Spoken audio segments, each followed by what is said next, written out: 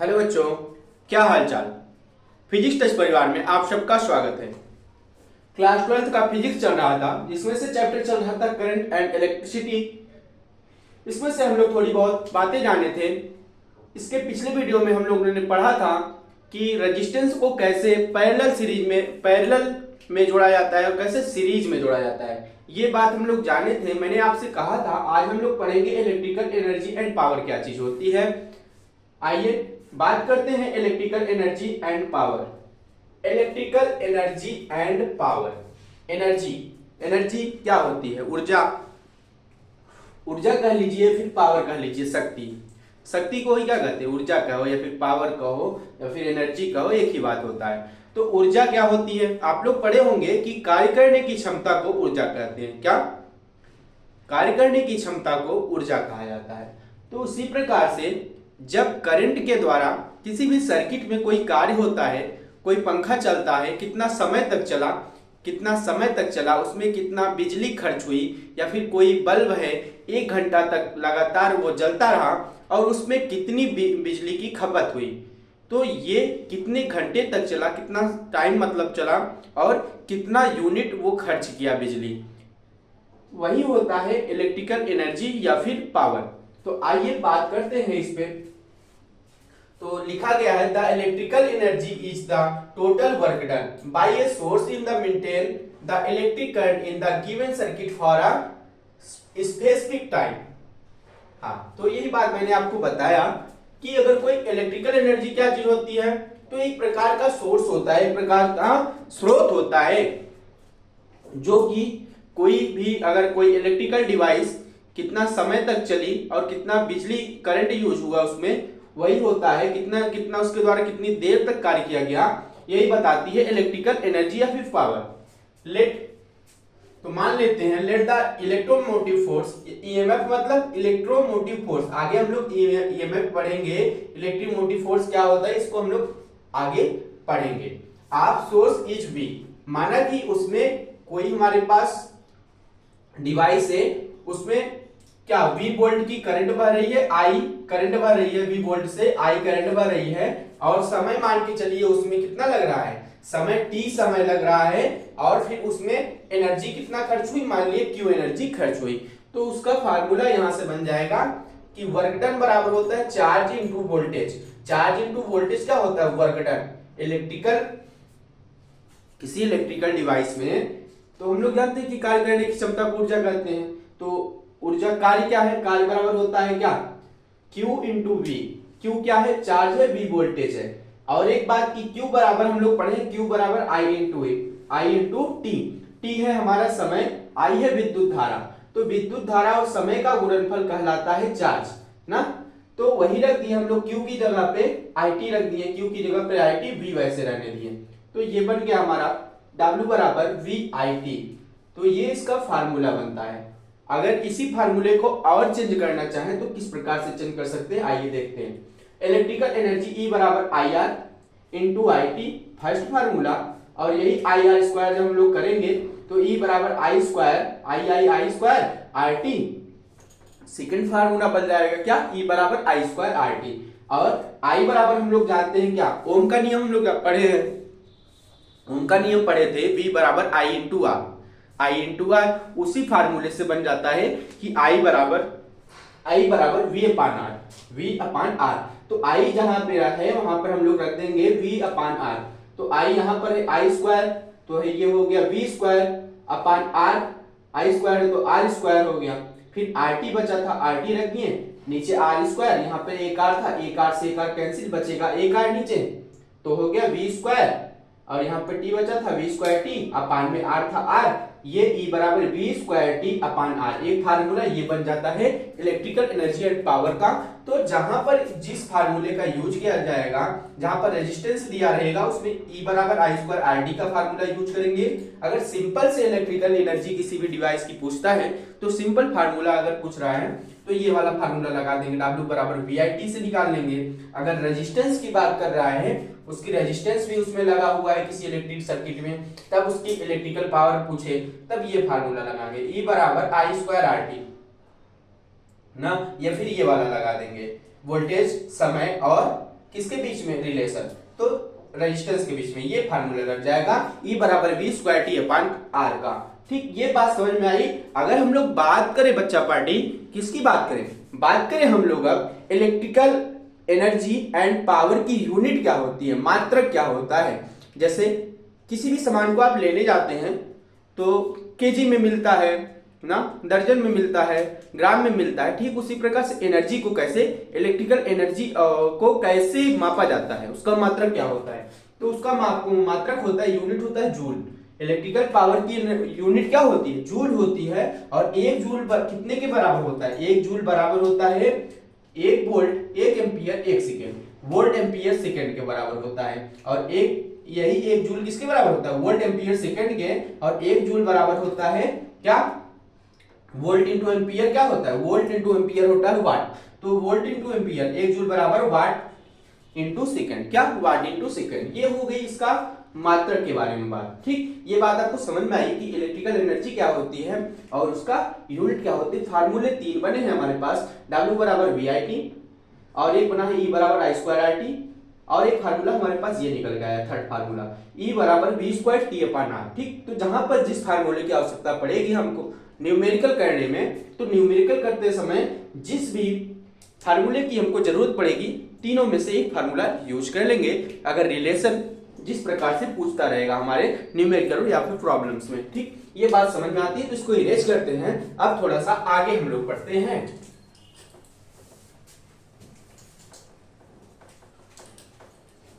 इसको कर दिया हमने इरेज। अब क्या पढ़ेंगे, अब देखिए इलेक्ट्रिकल पावर ना, इलेक्ट्रिकल पावर क्या होती है।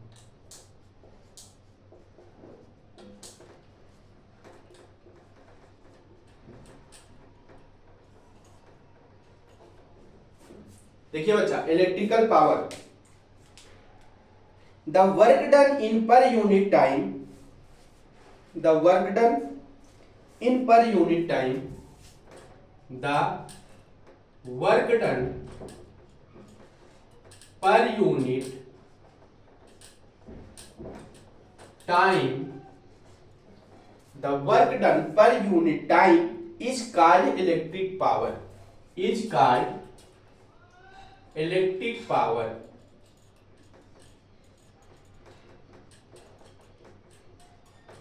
The work done per unit time is called electric power. तो कार्य करने की क्षमता को क्या कहते हैं, ऊर्जा कहते हैं, इलेक्ट्रिकल पावर भी इसी को कहते हैं। तो यहां से कुछ बातें हम लोग पढ़ते हैं कि P बराबर W बाई टी, P बराबर होता है क्या, W work done upon time, power बराबर होता है वर्क डन अपॉन टाइम ना, P बराबर W बाई टी। और एक बात जानते हैं, P बराबर V इंटू आई भी होता है।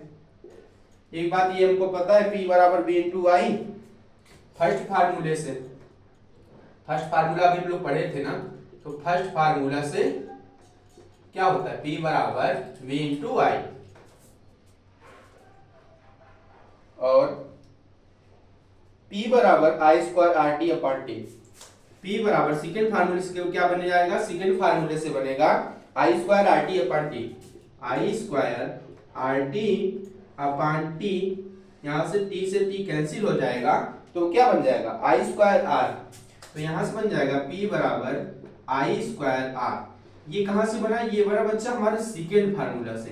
कहां से, सेकेंड फार्मूला जो हम लोग पढ़े थे आई स्क्वायर आर टी, ई बराबर आई स्क्वायर आर टी से पढ़े थे ना, उस फार्मूले से ये बना P बराबर आई स्क्वायर आर। और क्या बन सकता है, और देखिए क्या कर सकते हैं हम लोग, और क्या कर सकते हैं, तो P बराबर V square T upon R, P बराबर V square T upon R, T upon R upon T. ये T से T कैंसिल, ये बचेगा क्या, P बराबर वी स्क्वायर अपान आर। एक फार्मूला ये हमारे पास निकल के आ जाएगा। और ये कहां से आया, ये आया हमारा थर्ड फार्मूले से। थर्ड फार्मूला हम लोग पढ़े थे ना, क्या, V square T upon R, third फार्मूले से। तो ये थर्ड फार्मूले से आया, P बराबर वी स्क्वायर अपान आर। और इसकी यूनिट क्या होगी, इसकी यूनिट होगी हमारी वाट। क्या, वाट, यूनिट वाट होगी। तो 1 वाट बराबर होता है 1 वोल्ट इंटू 1 एम्पियर। 1 वाट बराबर 1 वोल्ट इंटू 1 एम्पियर ना, समझ में आ रहा है? ठीक है, तो ये बात हो गई थोड़ी बहुत बातें फार्मूले से रिलेटेड इलेक्ट्रिकल पावर और या फिर एनर्जी की।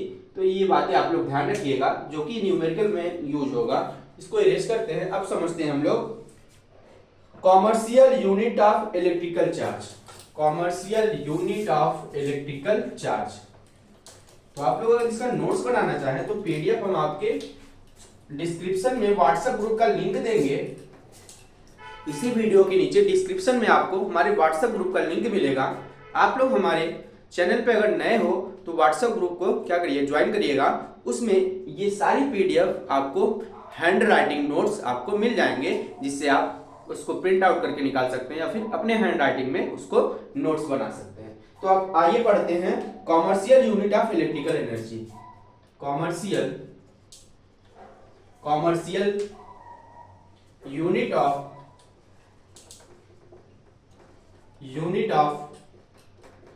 Electrical energy. Commercial unit of electrical energy. तो कॉमर्शियल यूनिट क्या होती है बच्चा पार्टी इलेक्ट्रिकल एनर्जी की? अभी हम लोगों ने पढ़ा वाट के बारे में। छोटी यूनिट होती है इलेक्ट्रिकल एनर्जी की, लेकिन कॉमर्शियल जो ये बड़े बड़े फैक्ट्रियों में हमारे घरों में जो लाइट आती है उसकी यूनिट क्या होती है, उस इलेक्ट्रिकल पावर वो जो खर्च होती है उसकी यूनिट क्या होती है? The commercial unit of electrical energy is kilowatt. तो वो होती है क्या, किलोवाट। किलोवाट होती है। अब बात करते हैं क्या कि 1 किलोवाट पर आवर बराबर 1 किलोवाट पर आवर बराबर कितना होता है? तो 1 किलोवाट पर आवर बराबर होता है वाट इंटू आवर अपान 100। आवर अपान 100 की 1000। तो वाट इंटू आवर अपान 1000। जब इसको करते हैं 1000 होता है 1000। तो जब ये करते हैं इसका 1 किलोवाट पर आवर को, तो ये निकलती है 3.6 into 10 power 6। 3 into 6 into 10 power 6। 3 into 6 into 10 power 6 joule में आती है। इसमें जूल में ना, ये बात समझ में आई कि commercial unit of electrical energy होती है किलोवाट। और जब 1 किलोवाट पूछे कोई आपसे कि 1 किलोवाट पर आवर 1 घंटे में कितनी किलोवाट बिजली खर्च होती है, तो आप लोग ये फार्मूले से निकाल सकते हैं। तो लगभग इतनी बिजली 1 किलोवाट में होती है। अगर आपसे जितना पूछे उस हिसाब से यहाँ पर वाट रख के, घंटा रख के आप उसकी वैल्यू निकाल सकते हैं। ठीक, तो अगर कोई भी उपकरण, कोई भी डिवाइस, इलेक्ट्रिकल डिवाइस आपके घर में यूज हो रही है, तो कोई उसको आपसे कोई पूछता है कि उसकी हमें आप बता दीजिए इलेक्ट्रिकल पावर कितनी है, उसकी इलेक्ट्रिकल एनर्जी कितनी है, तो आप इस फार्मूले से बता देंगे क्या, वाट गुणित आवर इंटू 1000। इस फार्मूले से आप उसकी वैल्यू बता सकते हैं। आइए अब बात करते हैं इलेक्ट्रिकल सेल की। अब पढ़ेंगे इलेक्ट्रिकल सेल के बारे में, विद्युत सेल। ओके, ये बात आपको एकदम मक्खन होता है ये टॉपिक इतना, अगर ये बातें आपको एकदम मक्खन हो गई हैं तो आगे चला जाए बच्चा पार्टी। आगे हम लोग पढ़ेंगे इलेक्ट्रिकल सेल के बारे में। जी हाँ, क्या, विद्युत सेल।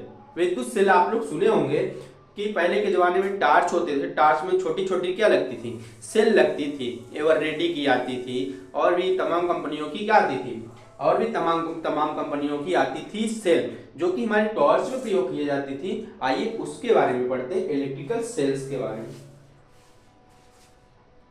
तो हेडिंग आप लोग डालिए इलेक्ट्रिकल सेल। इलेक्ट्रिकल सेल ये क्या होता है? It is a device which current chemical energy. It is a device it is a device, ये एक प्रकार का यंत्र होता है, एक प्रकार का उपकरण होता है, which convert chemical energy, which convert, ये क्या करता है, जो कन्वर्ट करता है केमिकल एनर्जी को हमारे इलेक्ट्रिकल एनर्जी में। It is a device which convert chemical energy into electrical energy, into electrical energy. तो ये एक प्रकार का डिवाइस होता है इलेक्ट्रिक सेल, एक प्रकार का क्या लीजिए कि युक्ति होती है, एक प्रकार का उपकरण होता है, जो कि आप लोग देखते होंगे, कभी आप लोग सेल को फोड़कर देखे होंगे, उसके अंदर क्या होते हैं, काले काले बहुत से केमिकल होते हैं। वही क्या करते हैं, उसमें तो केमिकल, वही केमिकल क्या होते हैं, जब आपस में मिक्स होते हैं तो एक प्रकार की एनर्जी पैदा करते हैं, जो कहलाती है हमारी इलेक्ट्रिकल एनर्जी ना। तो it is a device which convert chemical energy into electrical energy, ये बात आपको समझ में आती है। अब देखते हैं electromotive force of a cell. अभी बात किए थे ईएमएफ की ना, ईएमएफ इलेक्ट्रोमोटिव फोर्स क्या चीज होती है, तो आइए देख लेते हैं यहीं पर electromotive force of a cell. Electromotive force of a cell, किसी सेल की ईएमएफ कितनी होती है। तो ईएमएफ क्या चीज होता है, लिखिएगा, the work done by the cell, the work done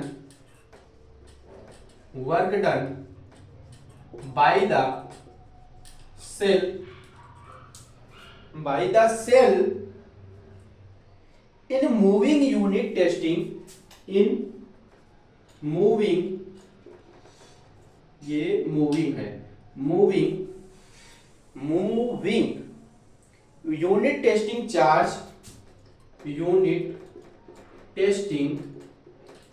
charge through, तो कहां से, through testing charge through the whole circuit is called, the whole circuit is called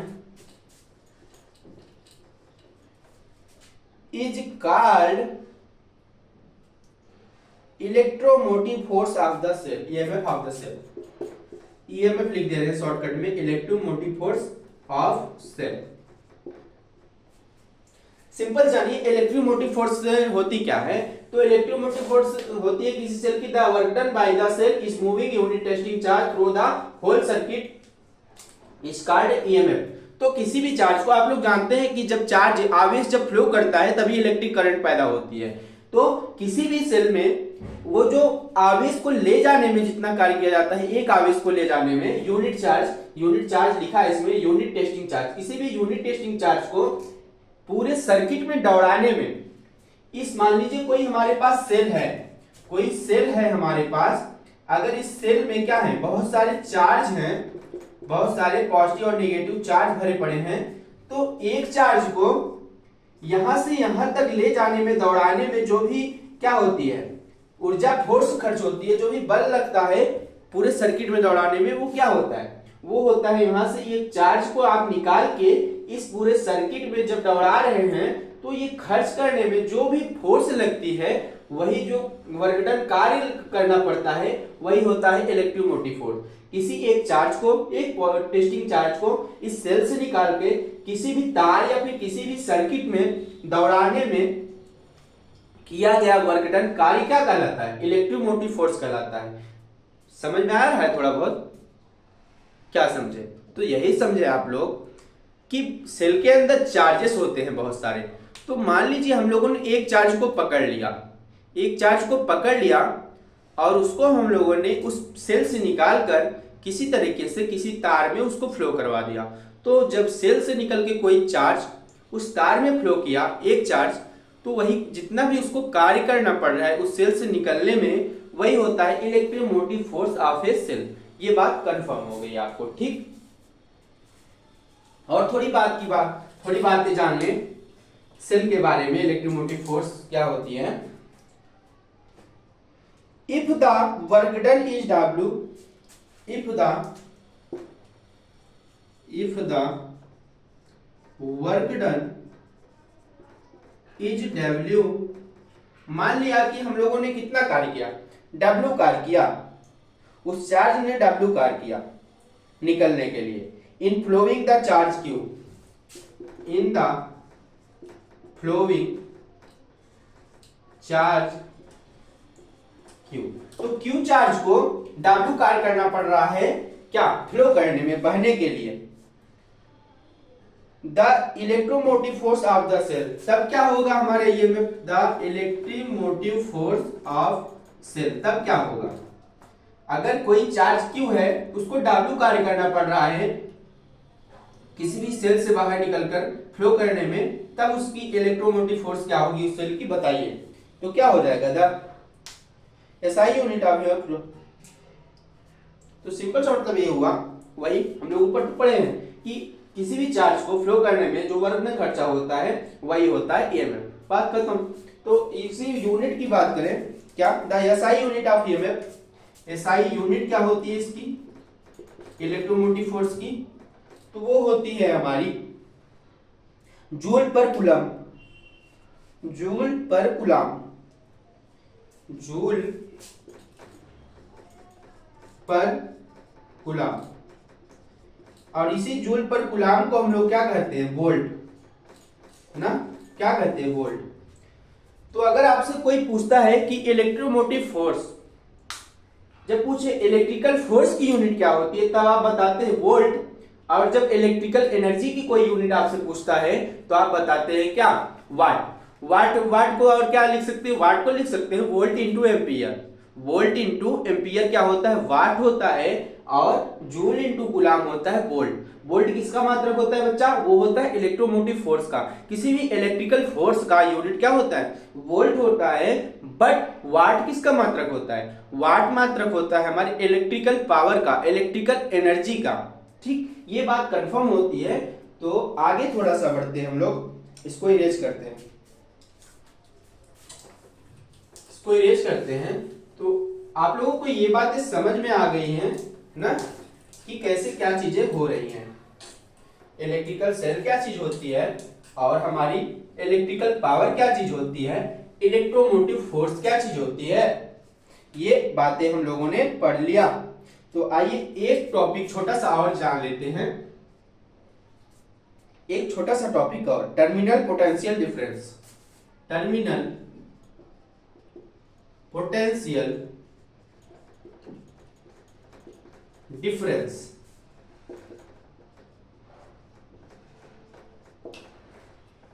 terminal potential difference, देखिए, the representation of cell is flowing, the representation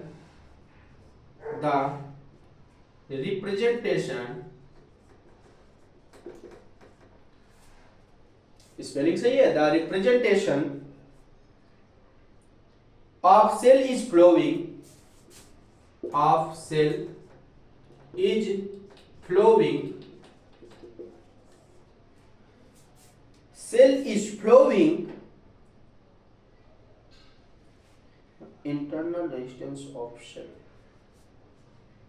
when a cell enclosed, when a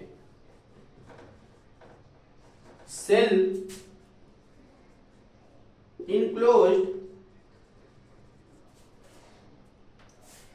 enclosed circuit, that is इसका मतलब क्या हुआ, that is I का मतलब क्या होता है, that is when current is down from, when current is down from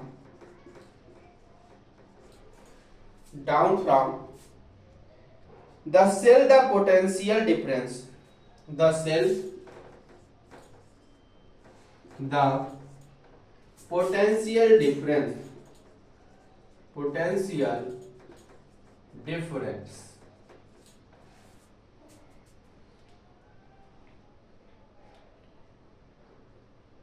between the two terminal of between the two terminal of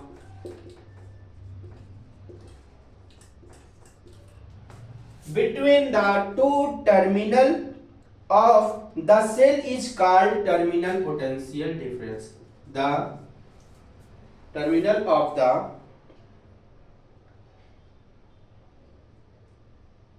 two terminal of the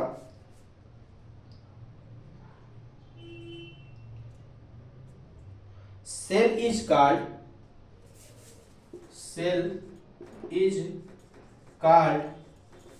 terminal potential difference.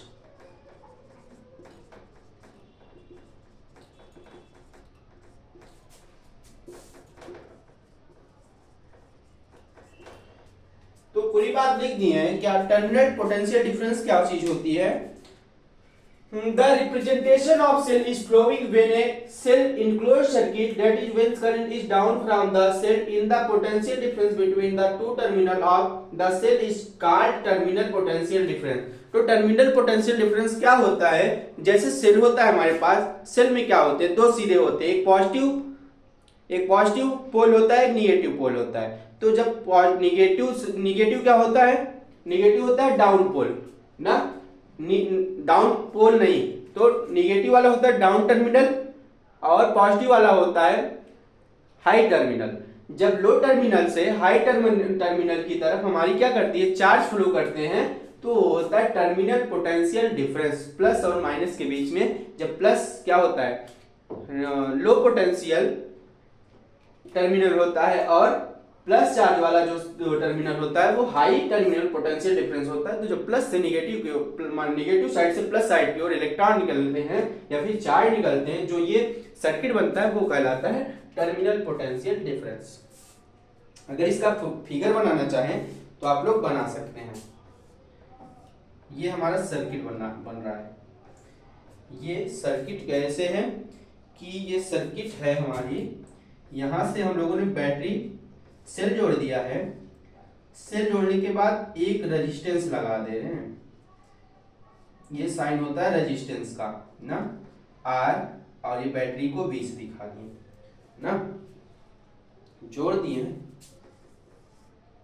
और यहां पर एक कुंजी लगा देते। तो ये बन गया है हमारा क्या?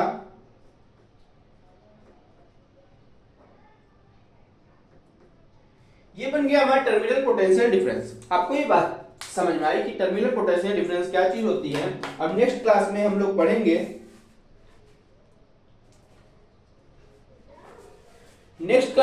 पढ़ेंगे, सेल को जोड़ना सीखेंगे। नेक्स्ट क्लास में क्या सेल को सीरीज और पैरेलल क्रम में कैसे जोड़ा जाता है, ये बात हम लोग नेक्स्ट वीडियो में पढ़ रहे हैं। आज की क्लास आप लोगों को कैसी लगी कमेंट बॉक्स में जरूर थोड़ा बहुत आप लोग बताइए कि क्लासेस कैसे लग रही हैं। तो बच्चा पार्टी एक बात बताना आपको भूल गए थे कि हमारी वीडियो लगभग एक हफ्ते से आपको नहीं देखने को मिल रही होगी, क्योंकि थोड़ा सा हेल्थ इशू हो गया था, मुझे घर जाना पड़ गया था।